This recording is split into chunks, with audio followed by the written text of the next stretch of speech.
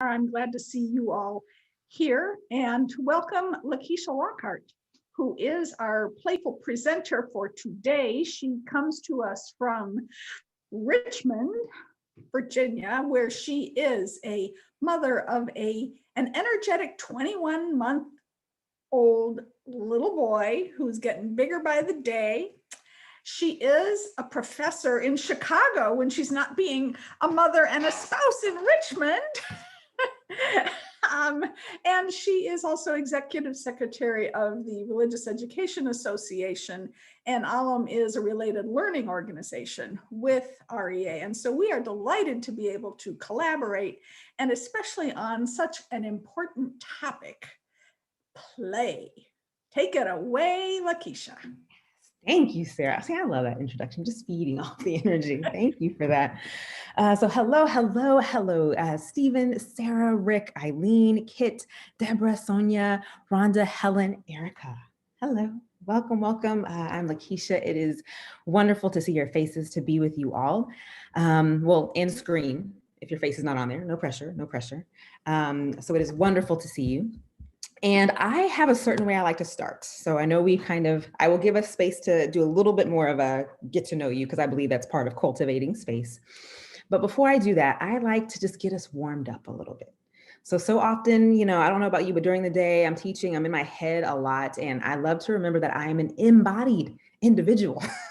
And that everything I do can come from the body. It affects my body. It's all part of this process, especially right now during pandemic. I'm sitting all the time. And so I really just like to start with body, just to remind us to bring the body into our space right now, and to try to come and be present in a little more fuller way. So if you'll just join me, I'm just going to do a quick kind of shake up, shake down, deep breathing exercise. Okay, so get comfortable or uncomfortable, whatever you are feeling right now. I invite that and welcome that. So take a deep breath in, let it out. And I want you to try to move your lower body. Now, if you would need to sit in stillness and just bring awareness, that's fine. But I would invite you to move. So I'm talking the feet, the knees, the calves. I don't know why my upper body needs to move when I move my lower body. All right, get those thighs in there, those glutes. If we've been sitting, just wiggle them around maybe a little bit, see how they're feeling. Kindly and gently just take notice to whatever you're feeling. Move to the core, make sure you're including your chest and your back, whatever you may be feeling. I don't know about you, but I tend to hold things in my shoulders and my back a lot. So just giving time and attention to shaking things out that you might need, that you're finding are stuck. I will say, if you are driving, Rhonda, I would not advise this. I want you to be safe, okay? So feel free to not shake around. Continue making sure you get down to your arms, your biceps, your elbows, your forearms, your hands, fingers, palms, all of those things.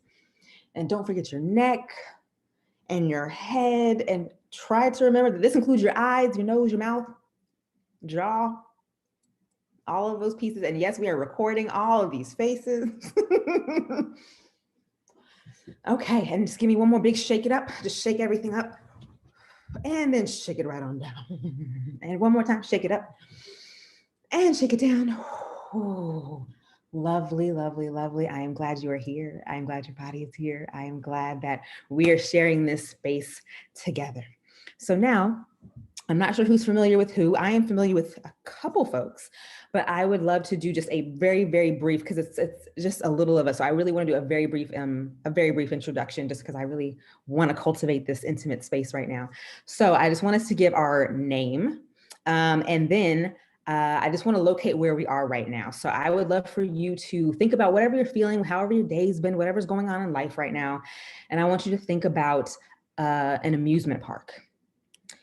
What game, ride, or food item would you be right now, based on how you're feeling, right? So based on whatever you're feeling, whatever's going on in life right now, I want you just to take a minute to think about an amusement park and what ride, what food item, or what game you would be right now. And I need to think about this too. Let me see. I think I would probably I'd be a whack-a-mole right now. just, just in light of some things that are just happening in the world, sometimes it feels like I'm just kind of being whacked on, but then there are other moments where I'm choosing to hide because I'm like, I just need a rest. I just need some time away, and I'll come out when I choose to. So it works on a couple different levels. And I also find myself whacking the moles from time to time. So it's working its way around in all kinds of ways. So that's how I'm feeling right now. And I'm Lakisha. My pronouns are she, her, hers. So it's great to be with you. So we'll popcorn. That way people don't feel, let me jump in. So I am going to call on Erica. I'm Erica, and my pronouns are she and Aya. I was going between two different ones, but I think I'm landing on skee ball because I just keep throwing balls up and trying to get get things done. But I'm missing the target, but I just keep doing it. The balls keep popping out, the tickets keep coming, and right now I'm enjoying most of it this week. That's a new thing. So, okay, let's see. I will choose Rick. Sorry, Helen. It's okay. You can use the same one, maybe different reasons. I'm Rick in Seattle. We have a great Western Seattle or Western Washington Fair here in Seattle, and we're famous for Fisher scones. And so I'm feeling like a Fisher scone lavished with raspberry jelly or jam. Life is good and full and rich. And that's why I picked that today. And I'm going to choose Helen. Great. Sorry, I was getting into a slightly more comfy chair. I'm Helen Blyer, she, her, hers. And I was going to do skee ball because I'm feeling like I'm on that same sort of like muscle memory thing just today, because I think I'll have been in Zoom meetings for like 10 hours today. But the difference with this one is that I was looking forward to this one. And my memory, Lakisha, just as a sidebar, is the fabulous presentation you did at REA with Callie Keefe Perry, where you had running commentary on the screen on what was going on inside your head as you're proclaiming a different narrative in front of the group. And that, I don't remember many presentations from events, but I remember that one. That one moved me in some pretty significant ways. So yeah, so skee ball. The other thing I was feeling a bit like was bumper cars, and I'll just leave that one right there. I will call on Stephen Fetter. Okay, well, I was playing around with a lot of the same ones, and probably for a lot of the same reasons. So let me go a little off topic here. I'm remembering a wonderful dog show that I saw at a fair once, where the dog trainer would give the dog a command and it would do something totally different. And he had obviously trained this dog to sit when he said jump and to jump when he said sit and all sorts of things. And it was screamingly funny, but he was very obviously frustrated, and it was hilarious. So that's where I am. I'm the dog trainer that sings sit when they jump and jump when they sit. Eileen, over to you. So I'm feeling a bit today like the Funhouse mirrors. And I'm kind of on purpose. Like I need a distortion. I need a distortion of sort of what seems to be going on in reality.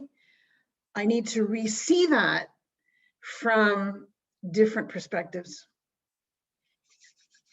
So that's my thought. And I will call on Sonia.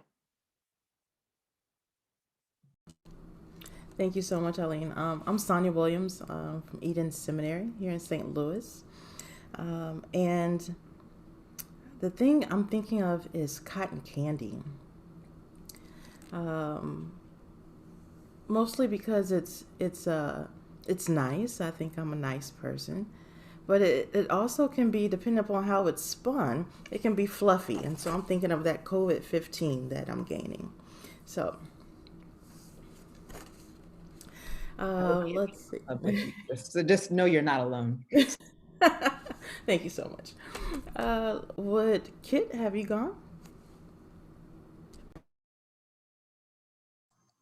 Hi, I'm Kit Kleinhans, Trinity Lutheran Seminary in Columbus, Ohio. I went in a really different direction from all the rest of you. A big part of my work life has been travel. And so I am painfully aware of the fact, not only that I haven't left the state of Ohio in 11 months, but that I've only left the county once in 11 months. And so when you said amusement park, Lakisha, I was thinking, where do I really want to go and where do I really want to be? So, so my mind went to Disney World, and I'm the Moroccan restaurant at Epcot.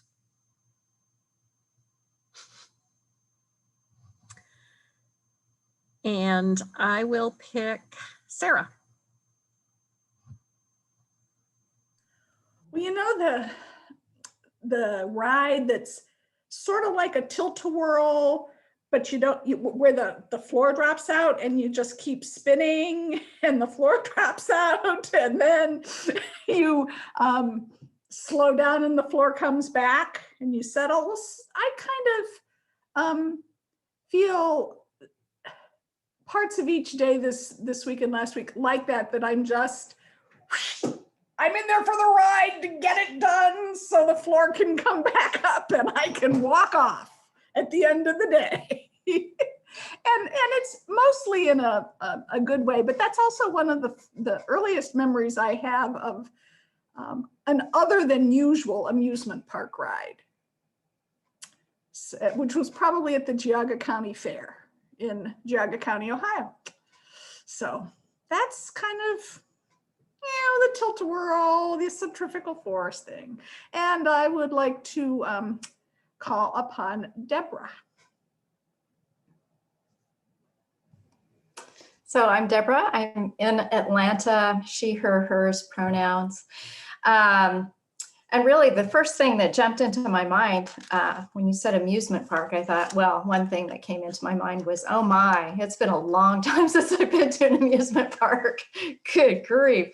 But the first ride that really came to my mind was that log ride where you go down the big slope and you hit a big splash at the end.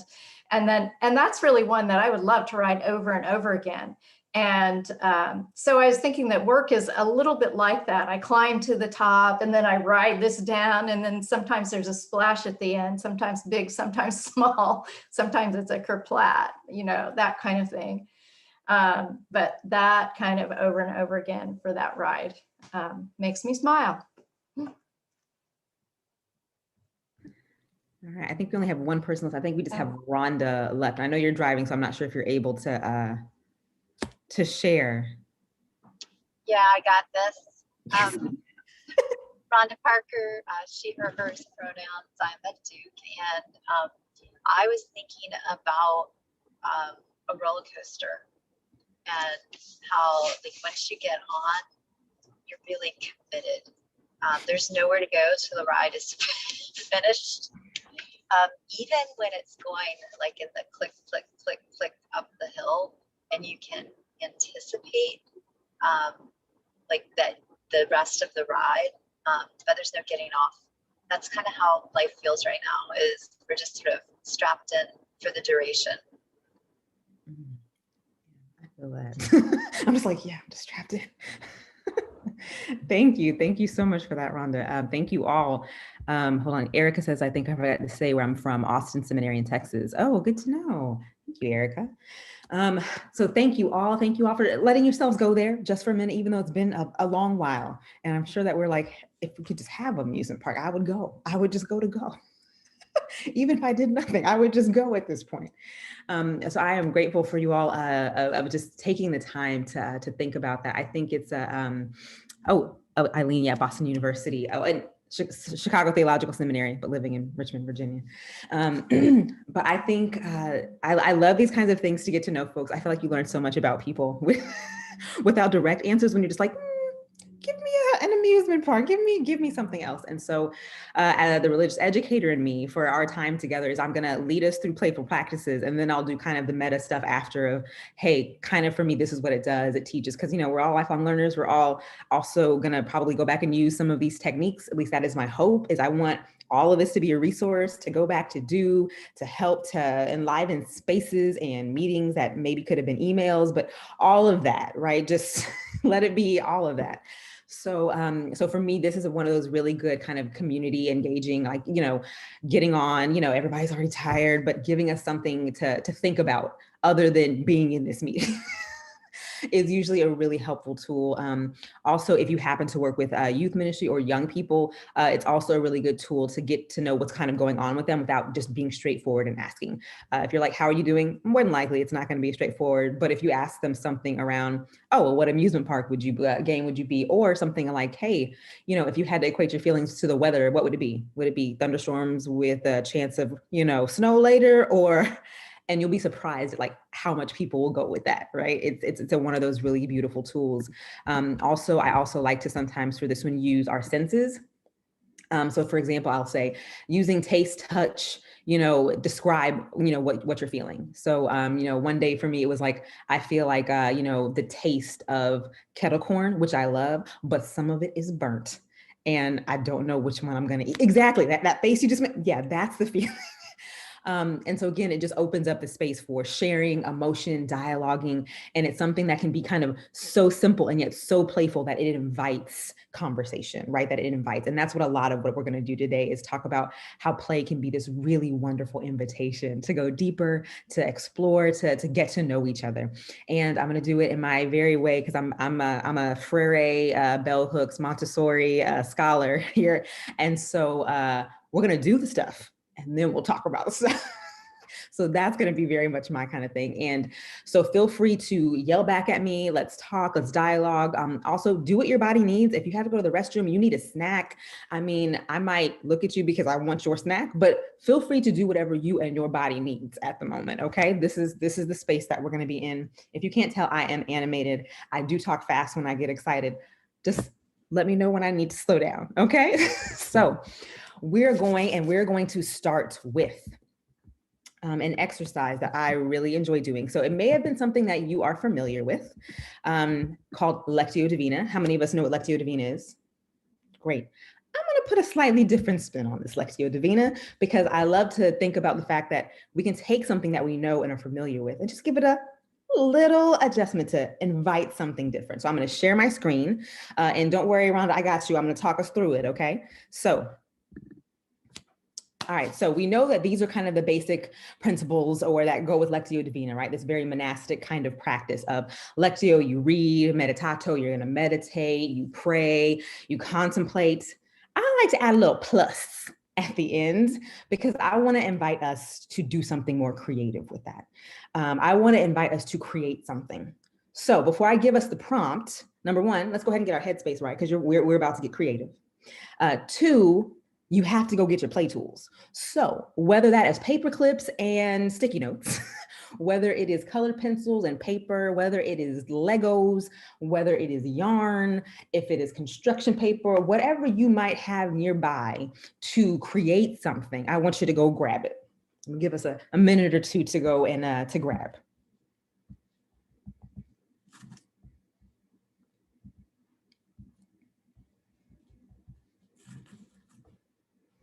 And Rhonda, just know you can be grabbing in your head.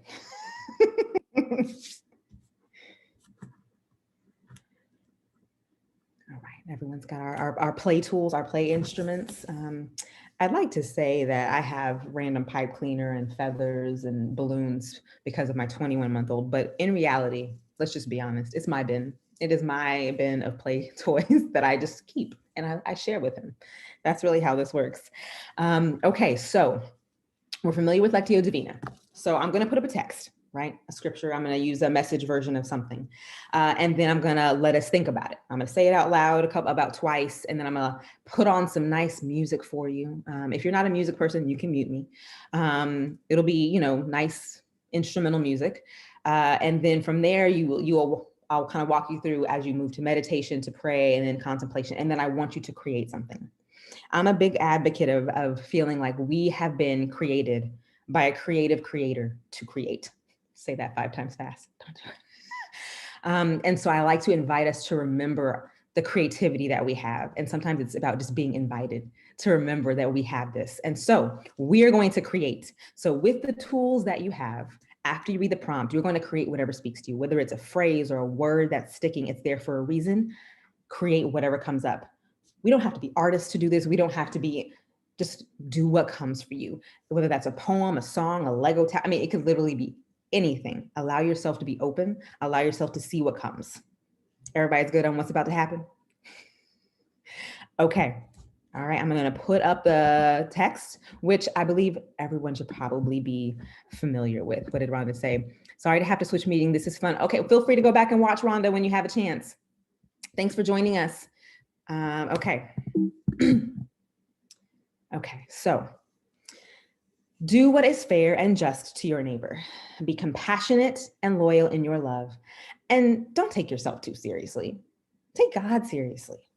Micah 6:8, the Message version. I'm going to read this one more time. Do what is fair and just to your neighbor. Be compassionate and loyal in your love. And don't take yourself too seriously. Take God seriously. Micah 6:8, the Message version. I'm going to put on a little bit of light music as you continue to read this to yourself. And then I will let you know when you can start moving into meditating, let the words speak to you, whatever phrases come, and then we'll enter into prayer, okay? Well, personal prayer, not communal. Lovely. So as we're finishing, feel free to keep working. And at this point, before you you share, I'm going to invite us. Let's see, there is 10 of us. How does that divide? I feel like it's such a small number of us. Maybe we just stay in one group. I think that feels about right today. So we're going to share what we have created. So as you can see, mine don't want to quite stay on my little version here of spectacles in a way. So for me, and I'll invite all of us to share as we're willing. I was really, what really hit me was your neighbor and your love and yourself. And for me, I just felt like it's about perspective, what we see and what we don't see, who we think our neighbors are and who we don't, and who they might really be, and what we allow ourselves to see, and what sometimes might be in our peripheral that we might be missing. And so I created my pipe cleaner. Glasses that look like Christmas colors. So that was what came up and what spoke for me. Well, this time I'll let you volunteer. So anyone else that wants to jump in, I would love to know what you created in this time.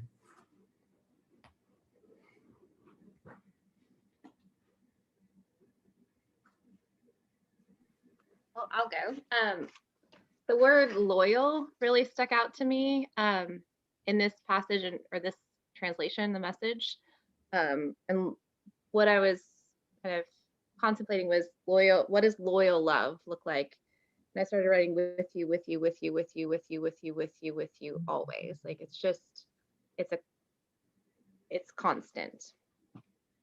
So, and I have watercolors at the ready. Like it's pretty much. This is great. Love it. Wonderful. Thank you so much. And thank you for sharing. I love that with you. That's gonna consistency. Mm-hmm. Awesome. Anybody else want to share? I'll share. This is one of my favorite scripture passages. And if you can see this, mm-hmm. I picked up, justice and compassion. And then what does that mean? How do we live that out? By loving one another and walking humbly with God. And there are some little figures at the bottom that we're all in this together. Absolutely. Thank you, Rick. Mhm. Anyone else want to share? I can share. I'll hold this up. I kept being drawn to the not take yourself seriously, but take God seriously. And I had to go back to the way that I know the passage to have it sort of really sink in. And so, but what happened after I jumped back to that verse was I thought, you know, this passage is really about right relationship. And so this, these circles, it's the relationship between ourselves, God, and other people. And there's that sweet spot where they intersect. So anyway, that's what I was thinking about. That's awesome. Thank you for sharing, Deborah.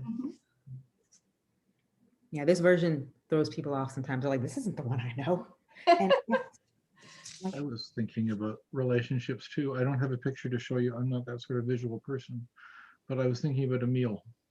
I like to cook, and I'm the primary cook in our family, and I like to have fun with food in all sorts of different ways. But for me, it's more than about taste. It's about the people around the table and connecting each other and providing opportunity to care and hear each other out. Large part of my ministry, the congregation I served too before we closed our buildings, was about food and how much we would get together and have fun together. So I was making meals and then making bowls on the lathe to put the meals in and sharing them around, and those kinds of things were sort of coming to mind for me. exciting. Was there any particular dish?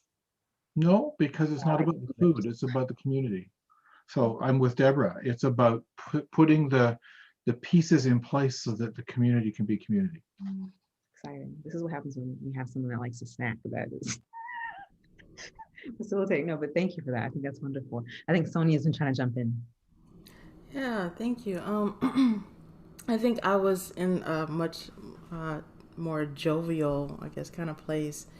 You know, I appreciate hearing it read in different ways. And I was kind of stuck on that word seriously. And so I find myself, you know, I will create a project or write pages, and then, you know, someone comes along and says, well, we're not going to do that anymore. And I'm like, seriously? Like, I've done all this work, right? And then I kept reading through the scripture, and it kind of started to sound like an insurance policy to me. And so I was like, okay, so now how am I going to put all these pieces together? And so I was like, well, how wonderful would it be? Because I love music. I was like, to have a whole opera, but just talking about seriously. And so I made my own opera, but I can't sing very well, right? And so I figured that the song will be seriously, sung in opera form, with the end note being from Allstate Insurance. And it would be, take God seriously, right? So it was my creation of. Yeah, I love that. It's like literally I can hear it. I can, thank you for that. Hold on to that one. That was good. Thank you. Anyone else want to jump in? Well, I don't know how to follow up that. That was huge. That was like, I can see it, Sonia. I can see it being performed, right? I went with the idea of all at the beginning, and what fairly and justly or something, and what that showed up as was everybody needs a particular kind of hug. Now, maybe I'm just thinking of a hug because nobody can touch each other these days, right? But at least I don't have anybody in my world that can touch me. And then God seriously in the sky is sort of like up in the sky, and then everybody's getting their own kind of hug there. Anyway, thank you. I do love hugs. I do. I like, you know, the kind that are just like, you breathe into. I miss those. Thank you for that. All right, anyone else want to share? I'll share.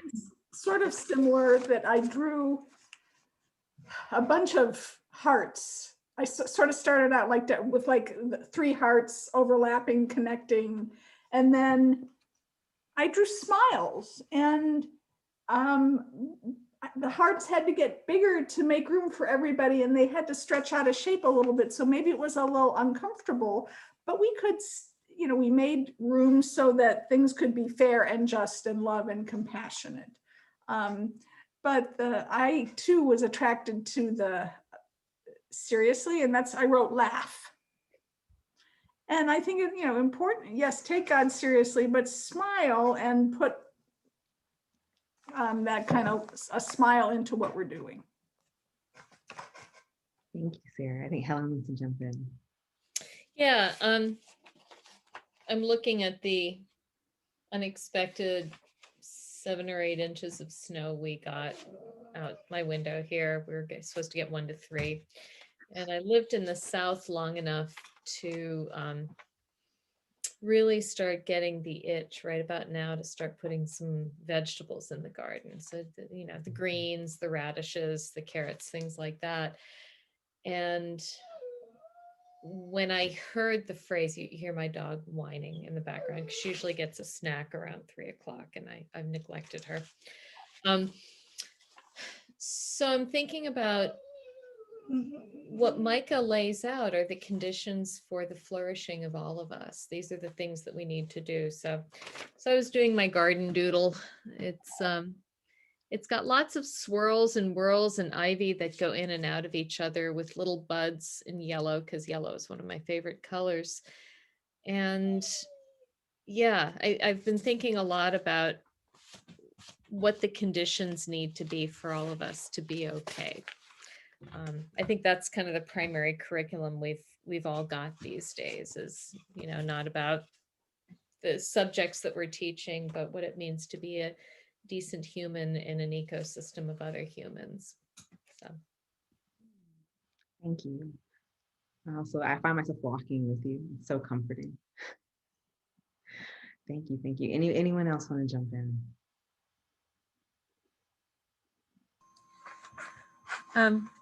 I was going to spare you all my bad sketching, but since you've all been bold, this is a set of balancing scales. I just kept coming back to that, be fair and just, and thinking about what that means. And it's easy to talk about sort of the scales of justice balancing, but when you've got this delicate set of balancing scales, it's more complicated than that. There's not a stable justice. Depending on what's in one of the two pans, something else needs to go in the other to balance it out. And so I was thinking about both the delicacy and the artistry that are required for justice. That's beautiful. Thank you. Anyone else want to share? Even if it's, I think everyone might have shared their stuff, but even if any kind of connections you want to point out, anything that was like, oh, this spoke to me during this, or anything about just the exercise itself, anything that is speaking to you, feel free to jump in.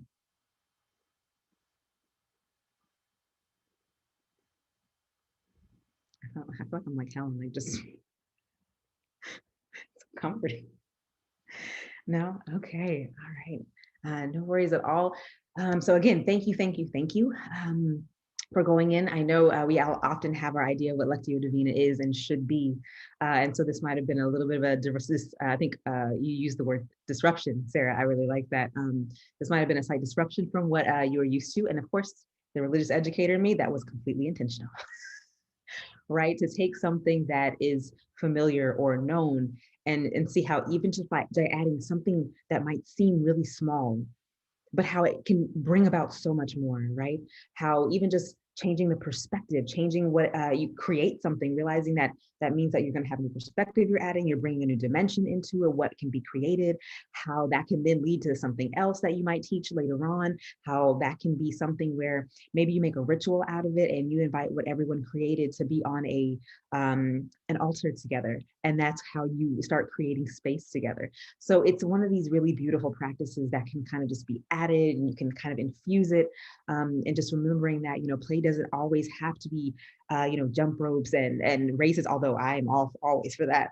But just realizing it's also the intentionality and how we infuse it in the other parts, how we bring the playfulness to spaces, the creativity to spaces, and invite it in. And just knowing that even something like this, you could have a more, if we really wanted to dig into this, like this could easily turn into a conversation around, race or class or, you name it. This could really go into a very deep discussion, right? Like, so it's a really good jumping off point if we want to have that. You could do song lyrics, you can do an image. There could be so many ways that you can do something like this that can be a starting point for very rich conversation that isn't so pointed as let's talk about race.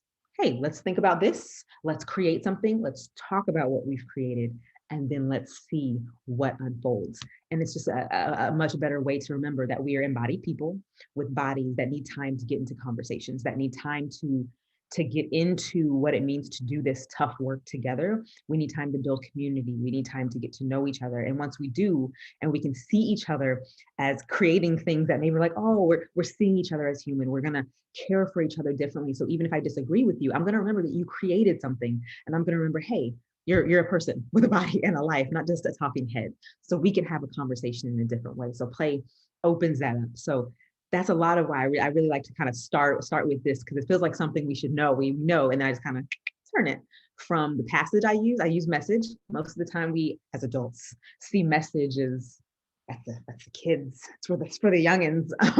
But I think the message is quite beautiful. And I love how, again, it just disrupts sometimes when I'm constantly working in this other space. I try to look at different versions and I'm like, ooh, that hit me in a different way this time. Why? Let me take some inventory. So yeah, any questions about the practice itself, about how I've used it or anything? Because again, remember, we're doing it, but also learning and doing the back and forth. So any questions or thoughts or ideas? I'm not the only one. I want to share just a funny story. We're doing worship virtually at Trinity, and one of our students decided that when he was leading worship, he would invite people to do some sketching and doodling as they listened to the readings. But he hadn't really thought through what the appointed readings for that day were. So imagine my reaction when he invites us to doodle along with the text and then starts reading the passage in 1 Corinthians about not joining your members to those of a prostitute.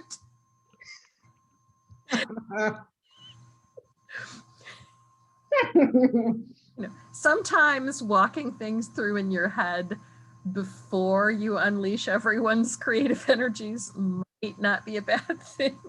Oh yeah. I would agree. The religious educator in me is like, always have your end goal in mind and work backwards, right? Like, this is where I want us to go, hopefully. And if it detours, that's the spirit, but let's have a plan.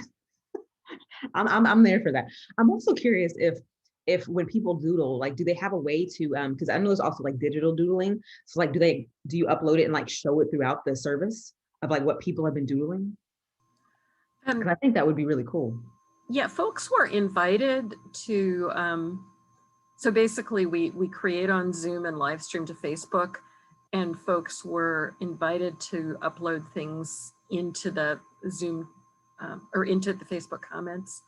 Okay. But I honestly didn't go back to look later and see if anybody did. I'd be interested to know what the doodles were that particular way.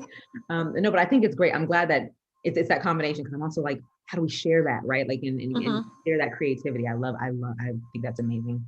Thank you for sharing. Any other thoughts before we get ready to move on? Go ahead, Sarah. Just, matching, it's a good point, matching the kind of play to the materials at hand. So there could have been something else with that, but not necessarily, so. But that's part of the whole intentionality. Play is good, but play is often, we use it for a purpose, whether it's physical education or in a spiritual formation retreat. Exactly. It has a purpose. It has a thing, and it requires work to make sure we do it. Everything has to be pre-planned. I can't just let's do this and just. every now and then, because I've been doing some of this long enough, I can kind of get a feel. But for the most part, it's very difficult to just show up and say, let's do a thing. And then it turns out with what you had in mind, right? Like just because it's play doesn't mean it's any less that it requires. It doesn't mean it's any less work. It's sometimes, for me, it's a little bit more because I need to think about bodies. I have to think about space, right? You got to think about all the different dynamics of how to invite the space of play, right? How do we start with bodies? How do we get warmed up to get to get deeper? All of those things really, really matter. And who's in the room, and to invite them to adapt to whatever the play is. Exactly. From a able standpoint, different bodies. Absolutely. And even now during the pandemic, the biggest thing now is also realizing that I need to make space for not realizing what home life is like. And so realizing that I need to make space for people to be off screen. I need to make space for, if everyone doesn't, just what participation looks like even, right? And so it's one of those things that you have to take a lot of pieces into consideration when you're trying to cultivate that kind of space. But absolutely. Any other thoughts before we move into kind of so what's going to happen next is like a little bit of the meat, right? I'm going to give you a little bit of the people, the theory, that kind of stuff, and then we'll do another play. All right, we're good. All right, so I'm going to share my screen again. And this part I will, feel free to stop me if I go too fast. It's just that I like to get us to the next part because I like to play. And because I know this material a lot, I tend to go through it, but feel free to stop me if you need me to hit on something a little harder, or if you need me to talk through something a little bit more. So here we go. Okay, so, so we remember that. Oh, also, this is Prezi, if you're not familiar. It's just kind of like a live PowerPoint kind of. I really like it. Sometimes people have an issue with like the back and forth. So if you go slow enough, it's okay, but just keeping in mind your audience, if this is something you're interested in, it requires a lot of backwards design because you kind of need to know where you're going in order to fill in as you go along. But they have a free version of it. So if it's something that you're interested in, I really like it. It lets you kind of move in and out, as you'll see as I do some more. So for me, when I'm thinking about kind of a theology or spirituality of play, of course, it's about this exploration of the divine for me, and about kind of, for me, it's also that soul work of who am I, what is my purpose, my journey, how am I thinking about this, right? And realizing it involves for me kind of the theopoetic, right? It involves theological aesthetics, like the experiences, the things that are kind of other than, if I can listen to a song and it moves me, I can have an amazing conversation with a friend and I feel so full that I can't even express it in words. It's like that kind of experience. And so when I'm thinking about play, I'm putting it in terms of like, it's like a theology, a spirituality, and intentionality. It's a feeling, it's an embodied way of knowing and being. It's kind of, hard to put it in a box because it's play. And so it would be this kind of image for me, right? Of this hands of moving, of the fluidity of flow. And so that would be a part of it. And so for me, kind of my version of play, how I see it, is very much influenced by Johann Hunzinger, that talks about cultural play, and how it is very important to know that when you're playing, thinking about culture, how different people play, how they have their being, what they do is going to be different. So when we're playing in spaces, we have to consider who's in the room, right? Culture and space, expression and communication. And I like that because it also, of course, makes you think about kind of the colonization of so much of our bodies and our language and our play. And so what that means culturally to make space to decenter and to decolonize what that might mean. And so that involves a little bit of work, right, to do some of that. And then I like some of what D.W. Winnicott and Jerome Berryman say about play bringing out the true self, how it does a lot of this work of letting us kind of put our guard down in such a way that we're letting our true self come out, because we're playing, when you're playing a game, I don't know about you, but if I'm playing spades or something like that, I'm like, I'm not thinking about what I look like. I'm like, I just want to be in the moment and be there. And that's kind of what they're getting at, is that you're able to be who you are, not what people perceive you to be or the stuff they're putting on top of you, but you can just play and just be, and it brings that out and allows you to see other people for who they are. And I really like that notion. And I'm very, very influenced by Courtney Goto's notion of play, about finding and losing self, acting and believing as if, and then a world of possibilities, especially when I'm thinking about minoritized communities, which are a lot of the communities that I work in, whether it's, Black and brown young people or bodies, or a lot of queer folk. And so it's the space of realizing that not everybody has been able to dream and imagine. everyone hasn't had that privilege, right? Some folks are like, I've just been trying to survive, let alone imagine or see a world of possibilities in a different way. I'm literally just trying to make it today and tomorrow.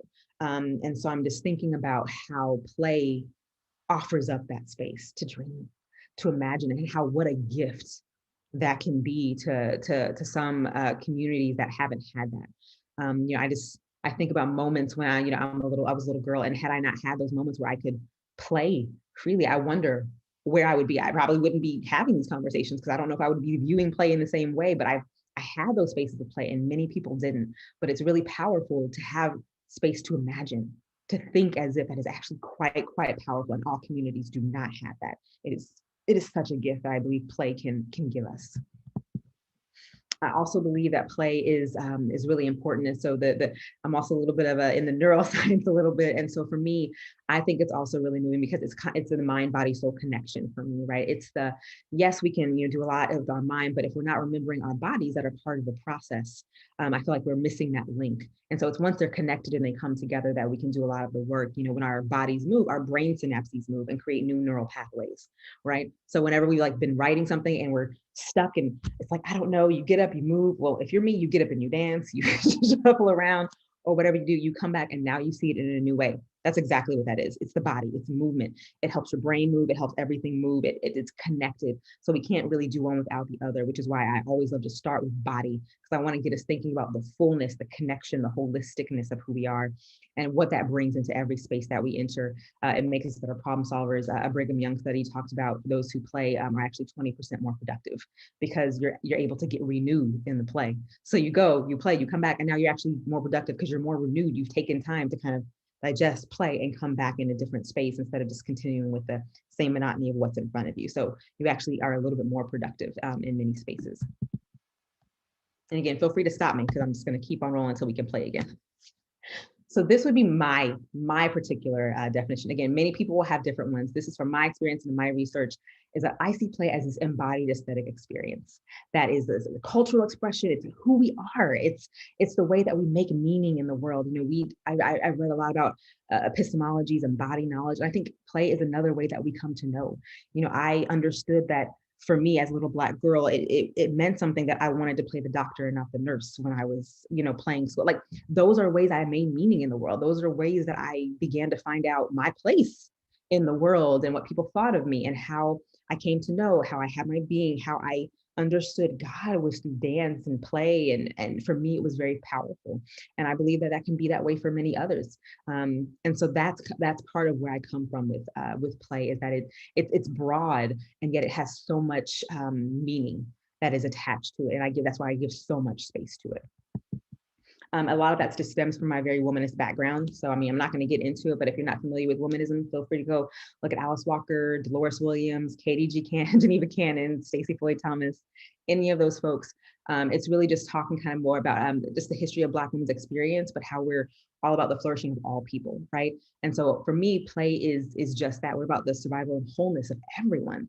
So how do we bring everyone into play together? We have to start seeing each other and playing. And so I really like that, of starting inward and working outward to create justice in the world. And so being bold and audacious and unapologetic is really, really important to me. So that's where a lot of that stems from for me. And so my particular theological framework with it would be, of course, scripture, the ontology piece, epistemology, body, and then environment. So I'm going to talk a little bit about the scripture and then environment, and then we'll play again. So I love scripture because, and I gave you a little bit with the Message version, but I find the scripture to be hilarious. There are literally moments where I cackle when I am reading scripture, and I love it. So I listed a couple here. There are so many, but these are the ones that I like. No matter what, I will. Even thinking about it right now, I'm just trying not to cackle. But Genesis. Very creation. Again, we are created by a creative creator to create. God created a clownfish, a clownfish.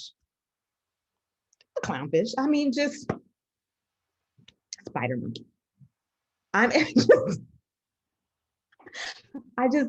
Just the very creation was playful.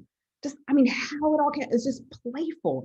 And I just think that that's so beautiful. And I love to keep that kind of energy. And like that's how we were created, with this great, playful creativity. And so why wouldn't we also have that?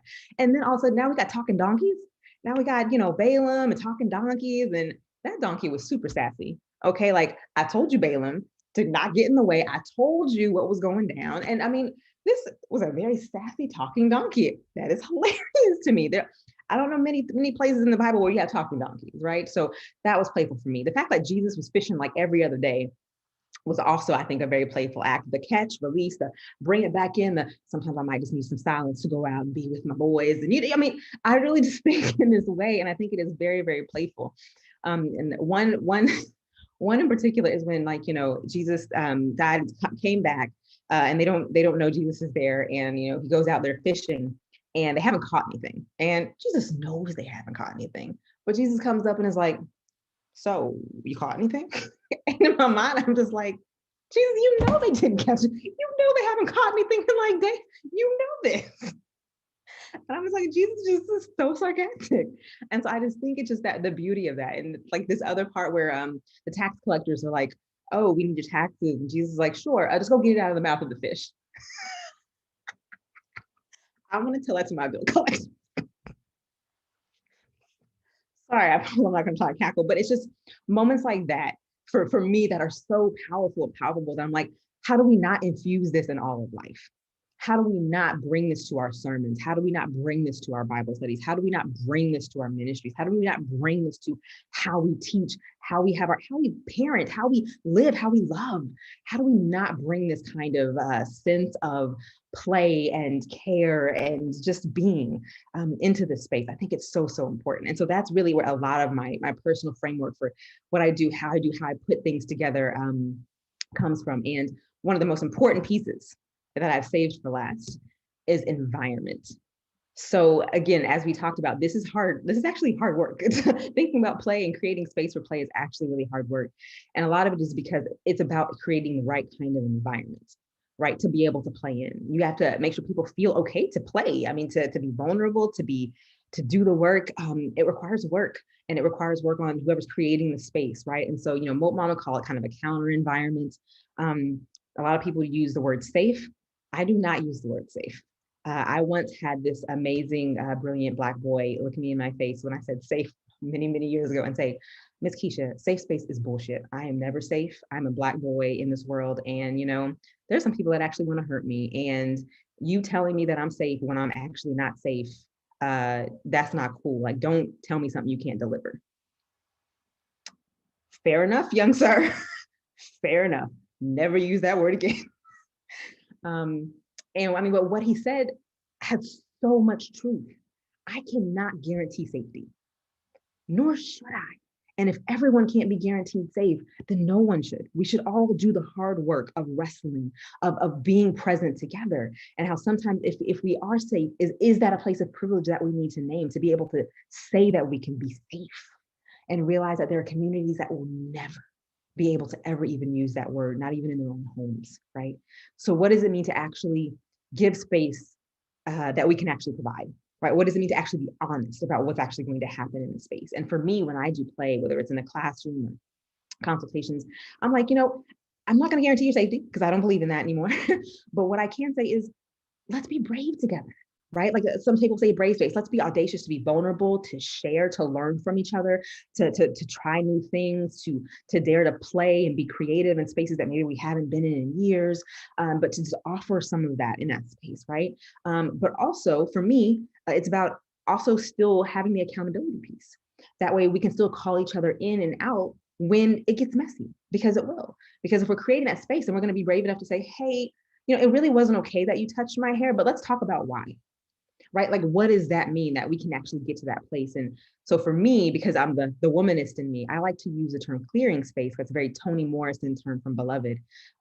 Because in her clearing space, you danced, you ate, you did all the cool, and so that's like the space I want, right?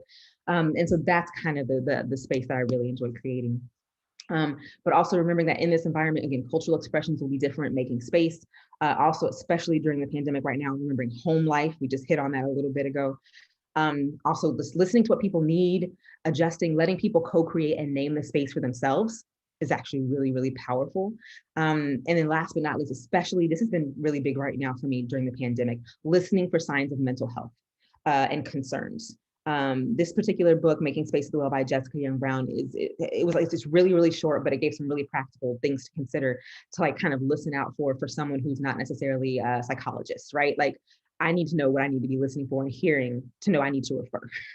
Right? Like I know that that's not my gift and I don't want to hurt anybody anymore. So like then I need to let me refer you to, you know, what I hear. So environment creation is really important. And I see some things in the chat and I want to make sure to see if it's a question.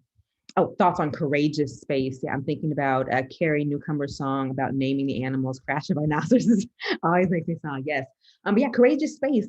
Absolutely. I think it's important whatever you want that space to be. I don't think it has to say it has to be this name or that name. I really think it's been powerful, at least in my recent experiences, of letting folks name the space for themselves, like creating kind of their own covenant together or their own stuff together and like say, I want this space to be this, this, and this. Okay, cool.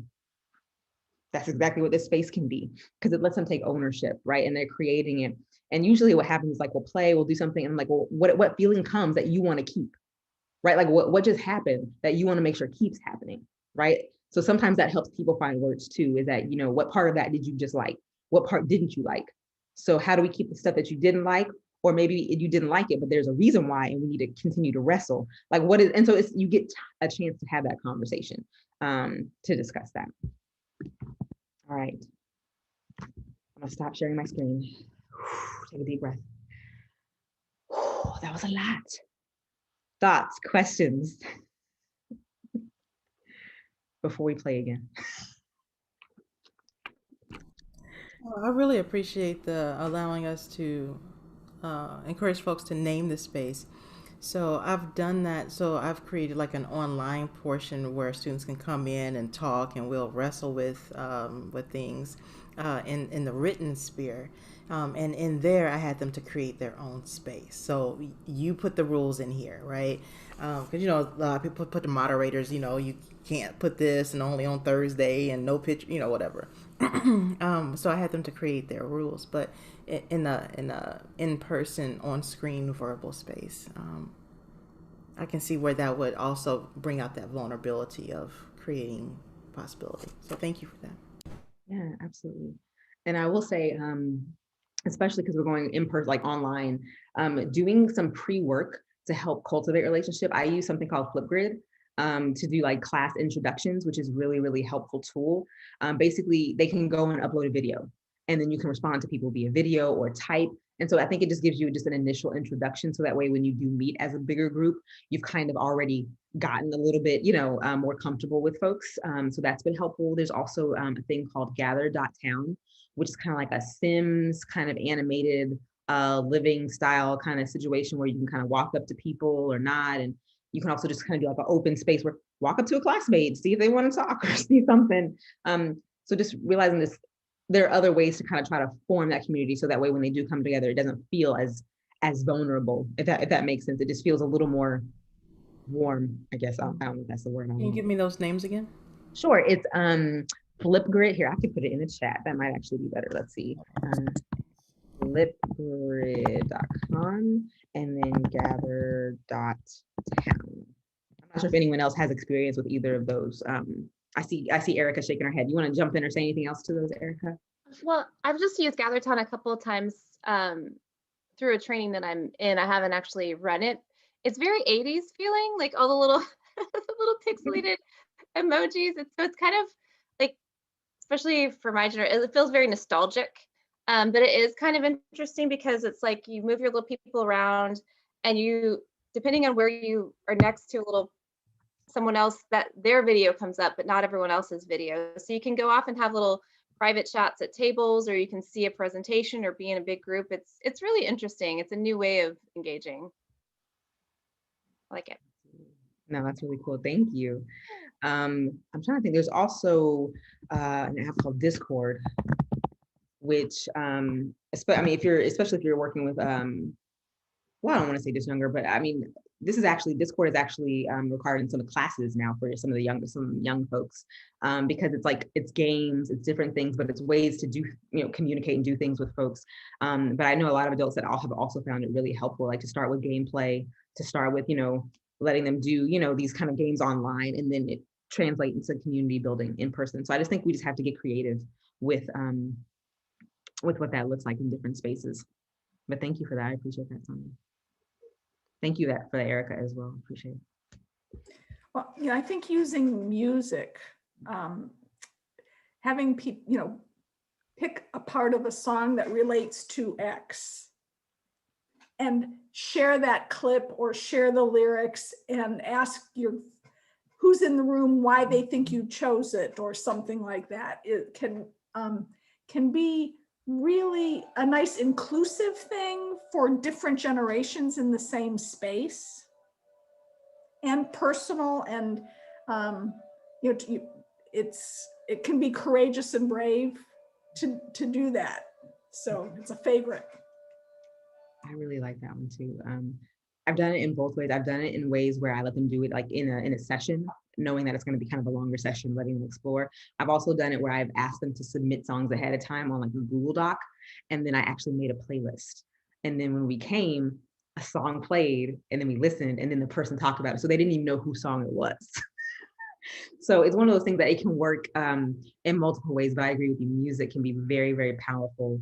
And we can learn a lot, and you'd be surprised how. For incident alert. That's my spouse's phone. He's in IT, so apparently there's an incident that just, sorry. So there's many ways that you can do it, but I agree, music is really important. You can also do that with images, right? You can do that with words.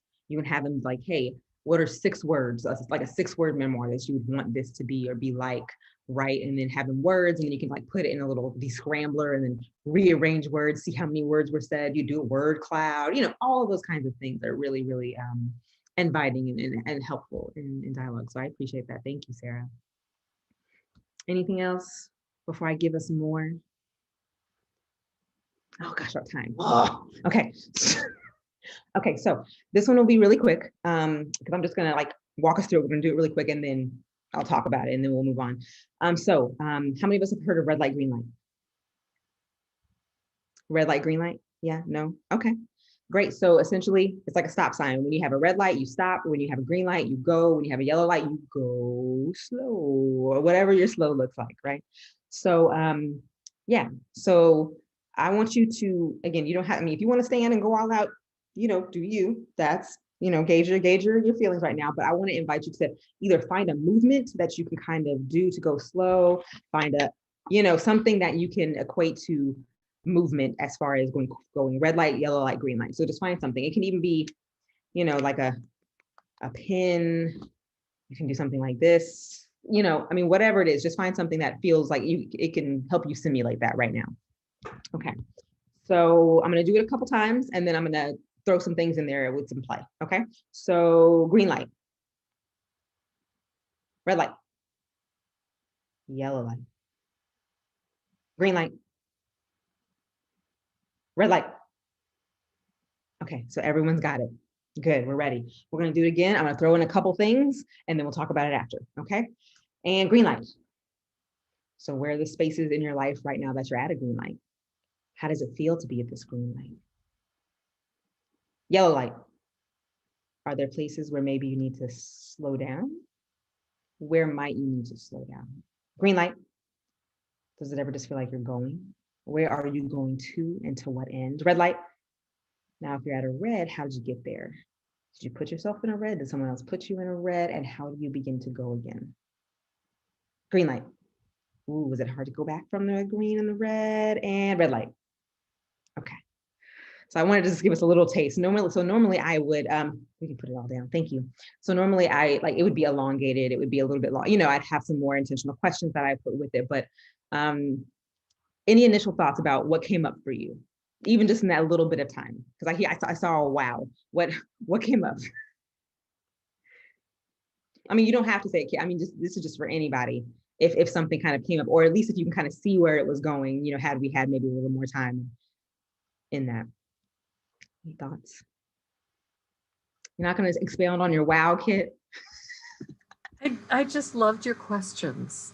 I so didn't see that coming, but to think about, this silly little game in light of, my life and work right now and agency was just, it's amazing how much depth of meaning there was in like 45 seconds. Thank you for that. I appreciate that. Yeah, the question that hit me was, is it hard to get going after you've been stopped? That one made me go shake my head a bit. Thank you for that. Absolutely. Well, and I thought about using that kind of embodied exercise and similar questions, but again, if you're dealing with a deep topic, racism, trauma, violent, just sprinkling that kind of thing in to be playful. But I just thought all kinds of things. And that's the beauty. Again, it's something that's so simple, right? Because you can do it online here, just finding a way to move your body. You can do it in person and go all out. But it's just one of those things. It's that mind-body connection that you start thinking about it differently once you connect the body. And it's so powerful that we don't even realize it. Like, I remember someone was doing it. They didn't even see it. Next thing you know, they turn around, they're like in tears. And I'm like, I know I wasn't trying to, but you don't see it coming. And it's that mind-body connection. It's like, this thing, but as soon as a question comes, you're like, it's like, yeah, that is what it feels like. That it feels like this. How do I stop? How do I? And so it's that kind of rhythm. And so again, that's kind of what play and movement bring to something. And again, something so small, you throw in a question, put some intentionality behind it, some reflection. And again, you can give it a topic, right? I'm just choosing this one because I did a workshop recently with some young folks, and I'm like helping them talk about discernment, like where you are in life and things like that. That's really powerful for that, because you're thinking about places in life. Or I've done it at I'm actually about to. I'm going to do it at one of our board meetings with CTS, because as an institution, we're moving and shifting. Well, as an institution, where are we stopped? Where are we at a red light? Why are we there? How did we get there? Let's talk about it. Let's wrestle, and then give us space. Like that's the kind of stuff that just even that little bit changes perspective, and it can be really, really powerful. And again, it doesn't have to be this elaborate play. It can be these little moments that are sprinkled in. But I'm also all about the elaborate play as well. Let's go outside and hula hoop, because it's amazing.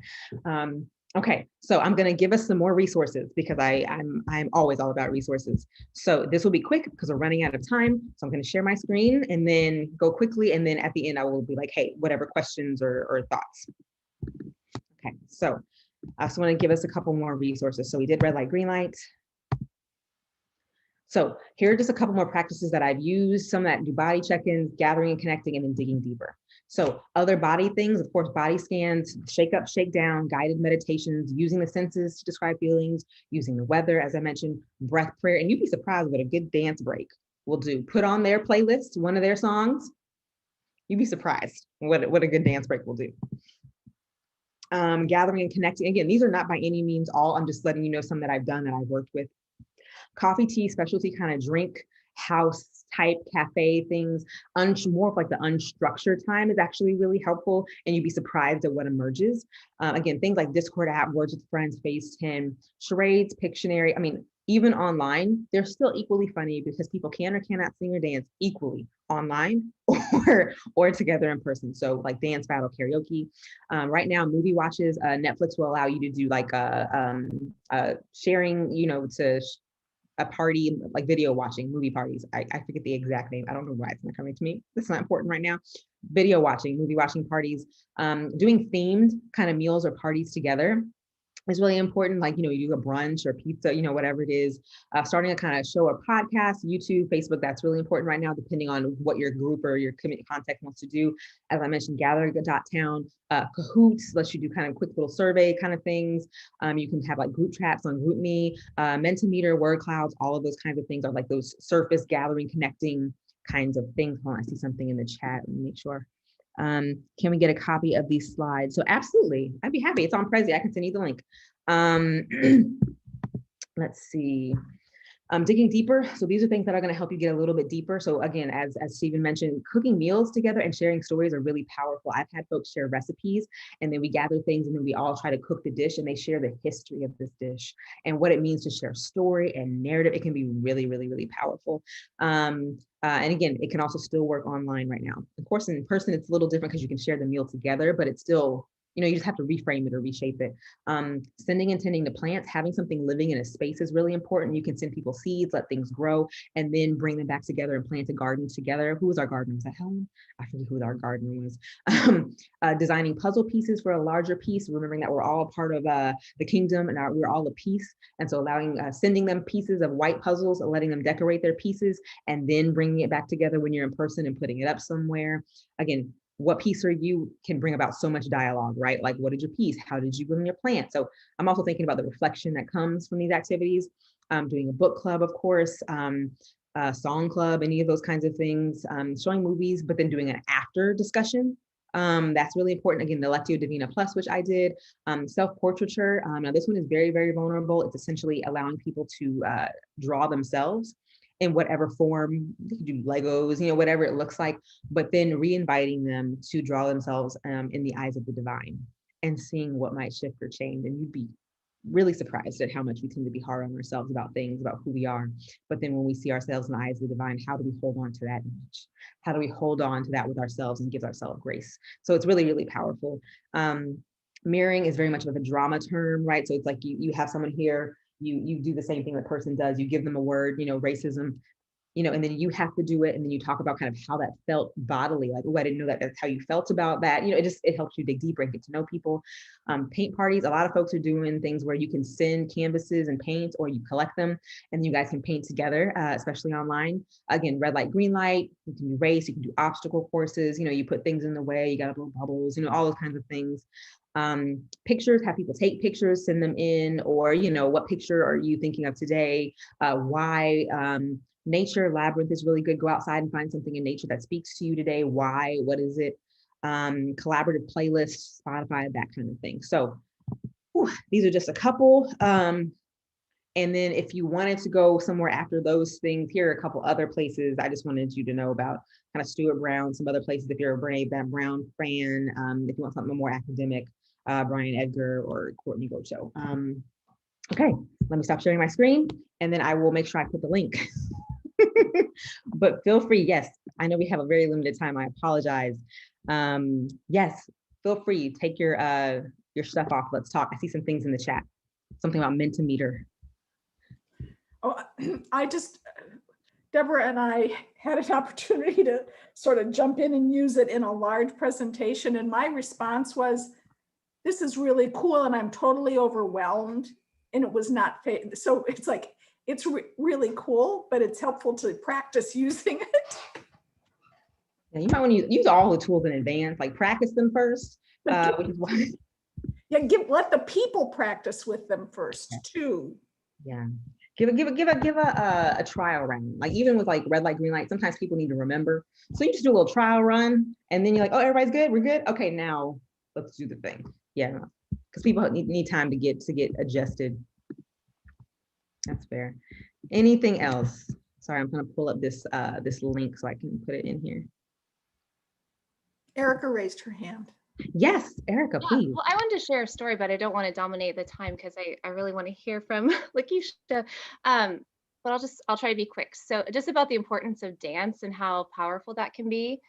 Sometime, I guess it was in the fall in September, I lead a group of pastors who are early career and talking about becoming public theologians and how they get more active. And we've been meeting monthly on Zoom. But in my personal life, my uncle had fallen ill with coronavirus, and I mean, it was not looking like it was going to be okay. And I was just kind of in knots about it. The night before our meeting, I just had to go walking. So I started walking and listening to music, and it sort of opened up this new, it just opened me up. But the next morning, we were going to get on at 9:30. At 7:45, my cousin called and said, hey, we're having this Zoom with my dad. He's probably going to die any moment. All got on, and I kind of I played the sort of the chaplain role for my family of like leading songs and prayers. And he actually passed away while we were on that call. And I had this group to like an hour and a half later.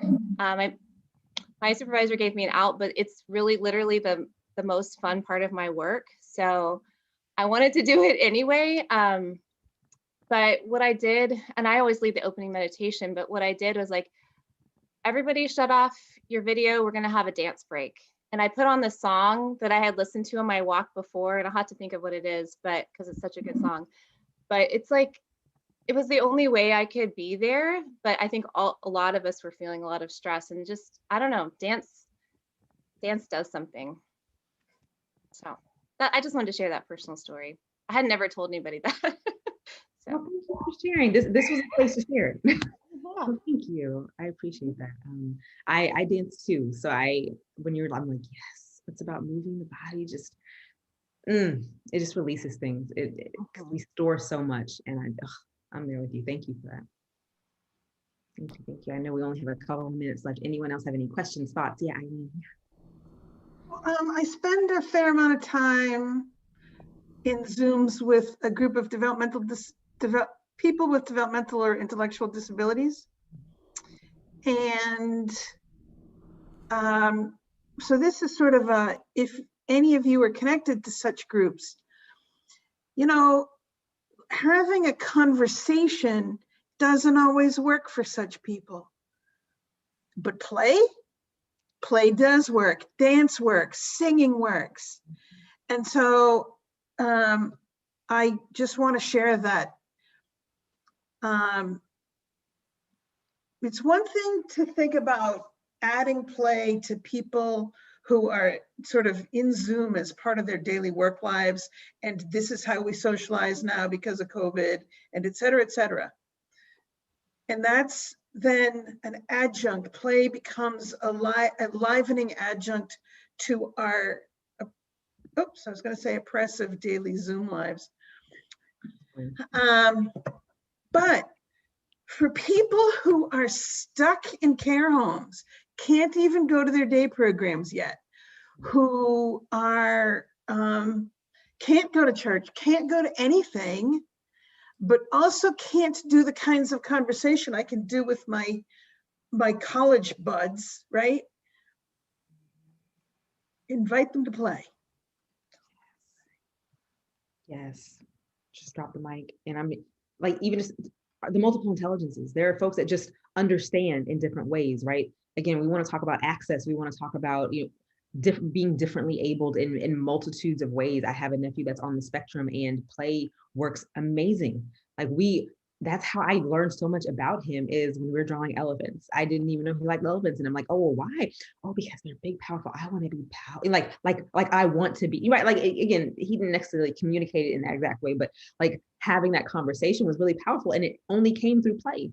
It only came through there. And so just realizing that there are so many ways to reach people. And that's why I think knowing our context, realizing expression, how we can do it, and play can just be just so powerful. And I just don't like when it gets the short end, like, oh yeah, that's just play. No. It is play, and it is powerful and amazing. And I just wish we could infuse it in everything and get everyone to see the importance and the value that play can add to it, literally any space. I feel like it should just be part of the ethos. And I think it would just, by leaps and bounds, whether it's education, theology, church, corporate world, I mean, anything, you name it, play will make it better. Sorry. So that's my last 2 cents.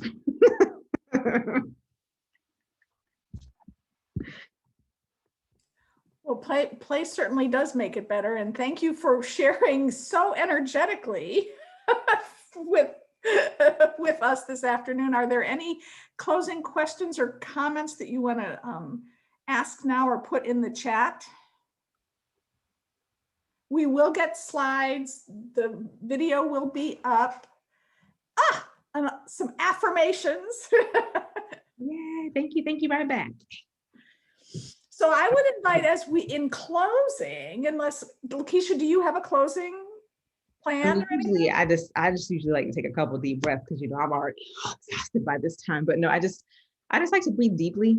And then let our breath be our blessing, because sometimes that's just enough. If that's okay. Is that okay? Yeah, that is. All right. So Breath should be our blessing. And then I would invite, thank you for coming. Spread the word. We will be sending out information soon as we have them scheduled. We have at least 2 more webinars that we will have between now and June or July, and then we'll take a little hiatus and work on our fall programming. So keep your eyes open through your e-newsletters that you get from Alum and or through REA. But I would invite us to show our thanks and appreciation to Lakisha through whatever sort of playful or ritual gesture, to thank her and to thank Stephen to be as our technical person. And I'm going to give a round of applause. thank y'all. Oh, Well, that makes my day. Yeah. All right. Well, thank you all for being here, and go find some time to play every day. Yes. And breathe. Your breath is your blessing today. Thank you. Have a good one. Thank you all. Sonia, hope to see you again.